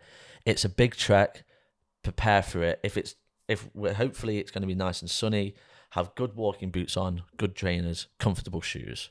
Yeah, footwear's important. Definitely have a good pair of trainers and something waterproof, wellies or boots if it goes south. And number 10, and unfortunately, you always get fucking scumbags at festivals who like to rummage through tents in daytimes. It's shit. It's happened to me. But the easiest way to avoid this is don't leave valuables in your tent. Get a locker, share a locker with your mate, or keep your wallet and your phone on you at all times. Absolutely. Front pocket, wallets. No one can really lift it out your front pocket. Don't leave it hanging out your back. That's what I do. And then you lose it less in the mosh pit as well. Tight jeans, or even if not, like I've got some trousers, zips on. Yeah, and you don't need to take anything valuable. You don't need to take your iPad with you. You don't need to take, you know what I mean? You need phone and keys maybe for your car and some money. Anything you'd add to my list of advice? Absolute number 1 pro tip of pre-event is clip your fucking nails on your feet. If you go with long nails, after 2 days of walking, they're going to cut into your feet. And looking after your feet, mate, telling you, mate, looking after your feet. When I'm running my shows, I can walk 70 miles over 4 days running back and forth. From Clip your toenails, mate. You're laughing. I am laughing, but okay, right. I'll tell you what, I'm going to try that. I'm going to see if my download experience is different because I'm clipping my fucking toenail. Yeah, if you forget and you've got a long toenail and after 2 days of it just grating against the other toe, get a blister, it starts bleeding, your foot pops. Yeah. Feet's my number 1 thing, mate. Keep yourself mobile. Pack light is a definite. I'm anti trolleys. I'm anti anything that if it doesn't fit in a backpack, it's not going. When I see people like carrying an Audi bag and they've got a handle each and they're struggling and then they just resort to pulling it, and I'm just like, oh my God, forget about it. I'm not anti-trolley, but don't buy a cheap trolley. The amount of wheel, if you've never been to Download before or a big festival, what you're going to see over the course of the weekend when you're doing trips to your car and stuff like that is broken trolleys and wheels. If you're getting one, get something good, or go to your garden shed, grab your fucking wheelbarrow out if you've got enough room in your car. Yeah, again, I'm anti that because it's just too much faff getting through security. But I like a nice, clean. For you, but maybe someone who likes lots of crates of beer and comforts, then they're going to need a trolley. Don't buy cheap. Don't take beer would be one of my advices. Take hard liquor. It's lighter and easier to carry. I mean, yes. 2 litres of hard liquor rather than 40 cans of beer that are going to get warm after 1 day and are just a nightmare to carry. So we're just going to have 80,000 whiskey drinkers on the campsite, are we? Good idea, Rich. That's just my opinion. Okay. Not necessarily take cash because cash is dead, but have available money. Like, treat it as a holiday. Save up a bit of cash. Put 50 quid a month away for a couple of months, running up to the show. Have some money, because if you're in the arena and you're on a proper skimp budget, and I appreciate some people will be, walking back to the campsite to top yourself back up and then walking back to the arena, you're missing 2 hours of bands.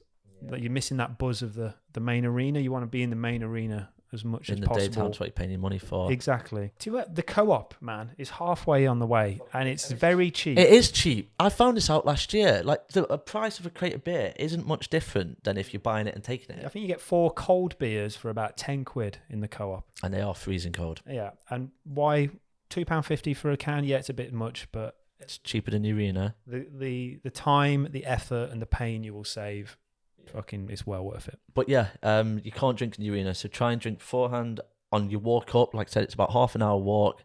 But yeah, don't like be like, oh, I'm gonna take a load of pre-mixed JD Coke or something. You're gonna get it taken off you. One absolute essential that everyone needs is the "It's All Gone Fucking Wrong" jumper.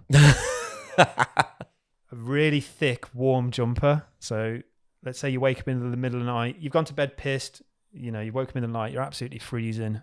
You need something that you can just grab, put on, wrap up, or, if you've been on it for 3 or 4 days and you're feeling the pain, you just need a nice, warm, snuggly jumper to bring some warmth back in. If you're camping for the full weekend, you're going to want to take a collapsible or big water bottle. Yes, empty. Don't take it full. Don't take it full. For starters, it's like £3 for a small bottle of water on site. There's water points. You're going to need to drink water. Yeah, hydration is key. Every morning we'll get up and we'll go down to the water point and we'll just neck like 2 litres of water, and like that's it for the day then, you know what I mean? I can get back on the beers then, but you got to make sure you get an intake of water in the morning. Mm-hmm. And you can get collapsible ones from like B&M or Home Bargains that when you're taking it, it's collapsed down, fits nicely in your bag. When you get there, it expands out. Fill it up. What I do most mornings, fill that up, have a drink of it, brush my teeth, and then cover myself in it. Cold water, wake myself up, get myself ready for the day. Same, mate. Yeah. Do not take pallets of bottled water. Spare underwear. Yeah, pack enough. Again, 2 a day. I'd say 2 to 3 pairs of socks a day, 2 pairs of boxers a day. You're going to change them in the morning and in the night, probably before you go to bed. If you've been pitting all day, you're going to be soaking wet and sweaty. Even if you're not pitting, it's been raining, you're going to want to get nice dry clothes. Absolutely. And something which quite easy to forget if you're that transfixed on your alcohol and your clothes and everything. If you're camping for 5 days, take a camping chair. See, I'm anti-chair. You just sit on the floor, are you? I just don't sit. The only time I go to my tent is if I'm ready to lie down and sleep. Okay. That's how I sort of look at it. It's a bed. What we'll do is we'll camp and we'll look around for a big group that has got the gazebos and all that. And we'll just go over and say hello. And then we'll pipe with them. Make friends with your neighbours straight away. Yes. So it gets awkward if you don't. As soon as you put your tent up, just go around and say to everyone, "Oh, hi, how you doing? I'm Liam. I'm fucking, sound, how are you?" And then they look after your stuff as well. You create a little micro community of the people that are camping around you. And it's just nice when you come back. You're like, "Oh, you had a good day, mate? Yeah. Oh, do you want some whiskey?" And then, you're having a chat with people. So make friends early.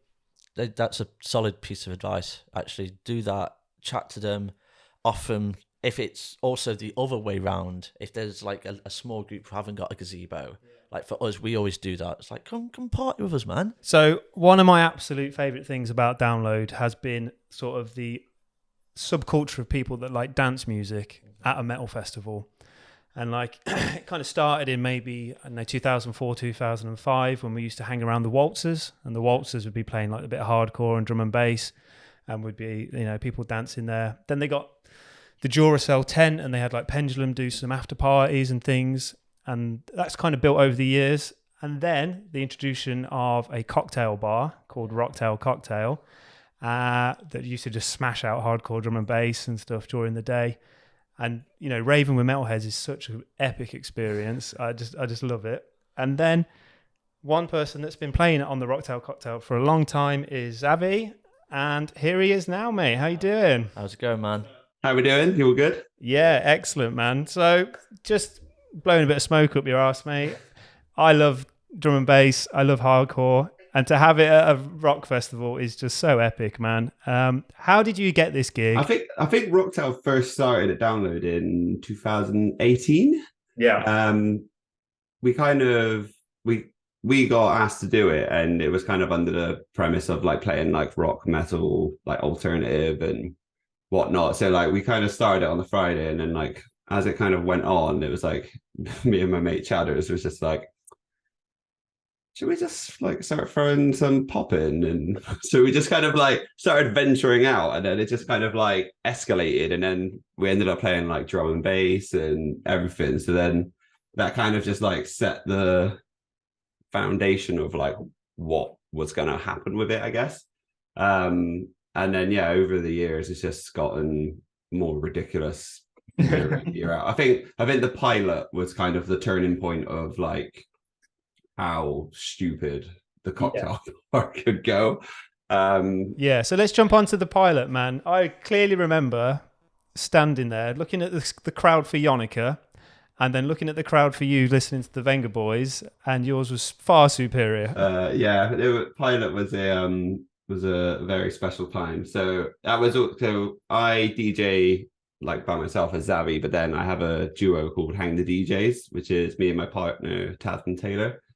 And with that, it was kind of an outlet for us to just like play stupid things. Like we just made like some awful mashups of like Nickelback and like Crazy Frog, and it was kind of just like our outlet just to have like fun with. And we kind of, that was the first gig we had together at the pilot, and it just went down like beautifully. So yeah, we kind of stuck on that route.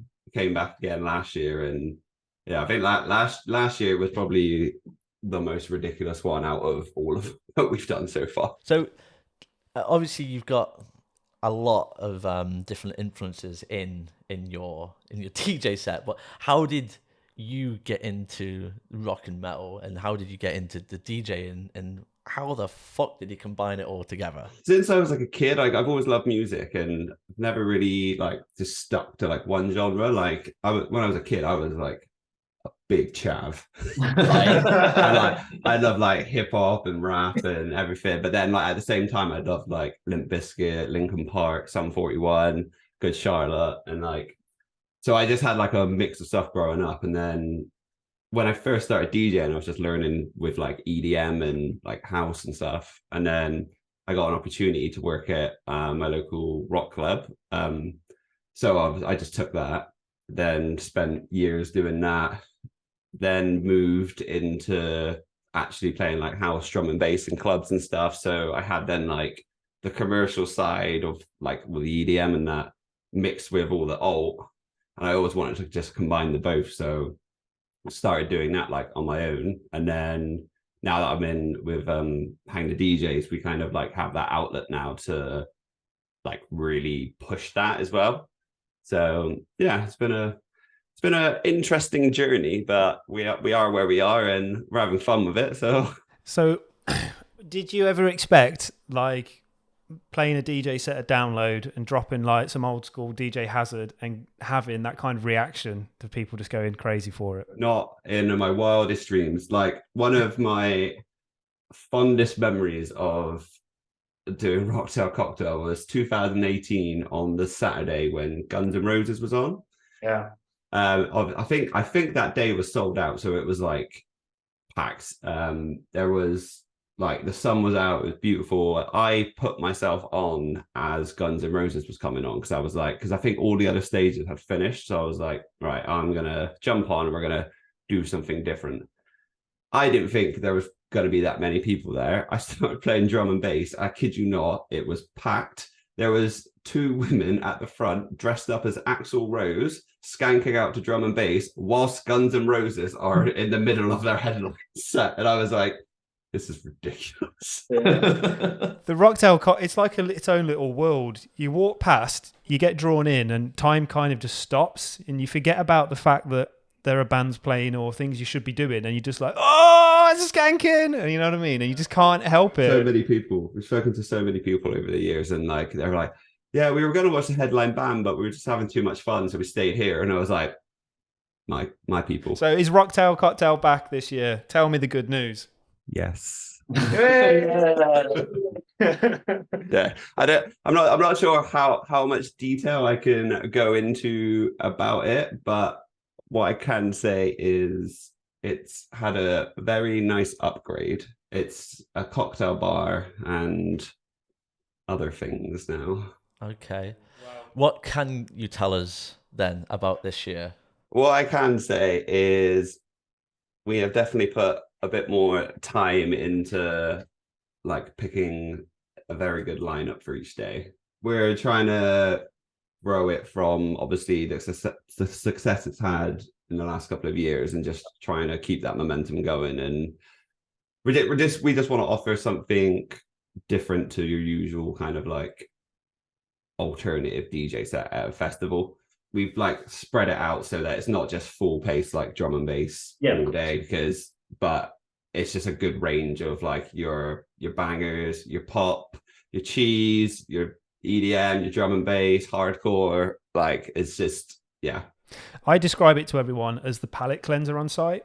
So say maybe you've had like 3 or 4 hours of listening to doom metal and you're just like, I need to freshen up. I go Rocktail Cocktail, get a nice drink served properly, and just, you know, it's like the palate cleanser and we can go again to the next band. Yeah, that is the perfect way to describe it. Like I always try to tell people about it and I'm like, I don't really know how to describe DJing there unless you're actually there. It's just a weird experience that you just have to just dive into and just, yeah. I think it really has built it might only be 2 or 3% of the 80,000 people that go, but there's this subculture of people that love the cocktail bar and they know what they're going to get. Well, actually, they don't know what they're going to get. It's more to the point, probably. It's going to be something alternative. What is the most left field song that you've dropped that has had a big reaction? That is a hard question because there is a lot of left field songs. I think in terms of like the most ridiculous experience I think we've had at the cocktail bar. So it was at the Pilot, and obviously when was the Pilot? It was like 2021. Yeah, it was like June or so. So obviously we hadn't played out to people for ages, and we had our mashup of Mariah Carey, All I Want for Christmas, and Eskimo Callboy, Hyper Hyper. So we were just like, well, we've missed Christmas and everything, so let's just play it out. So we played it, and I kid you not, you could not have timed it at like any better opportunity. We just kind of saw people in the crowd being like, Santa, Santa. We were like, what? We looked over and we could see there's a guy dressed up as Santa just wandering through the crowd.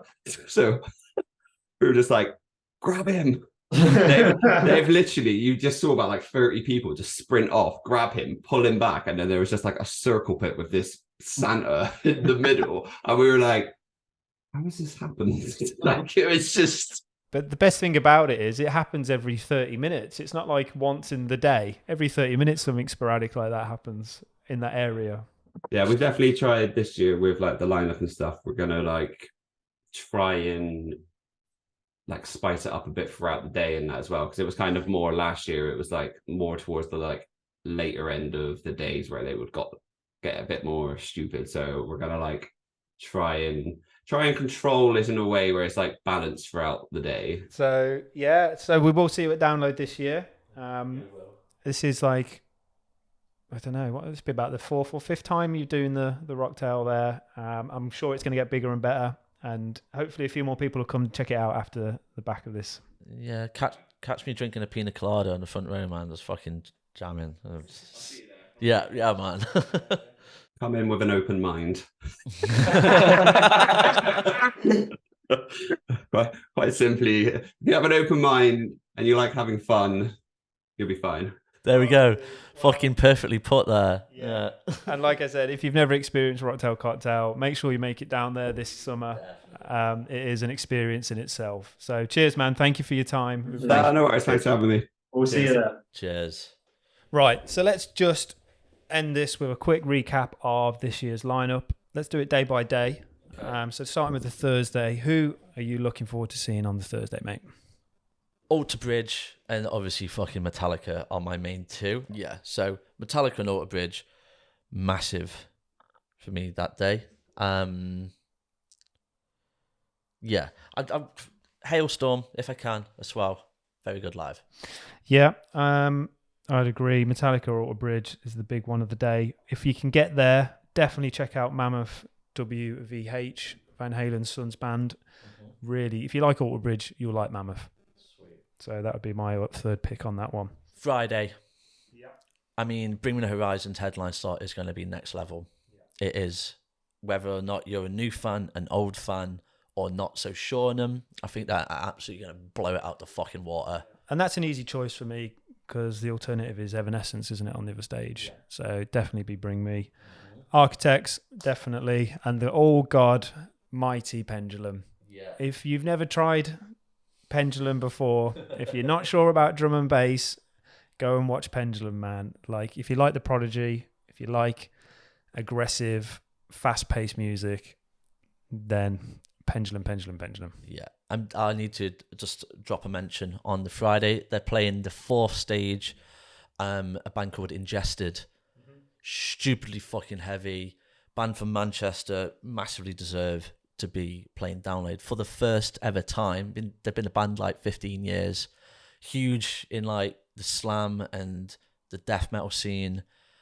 Just never been given the opportunity to download. So if you've got the break in your day, head to the 4th stage whenever the time's released, whatever time they're on, and watch Ingested.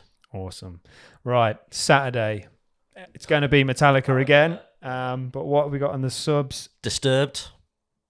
Not going to be not for me. Black Gold, Fever 333, worth checking out. And Black Gold, if you like new metal, check out Black Gold.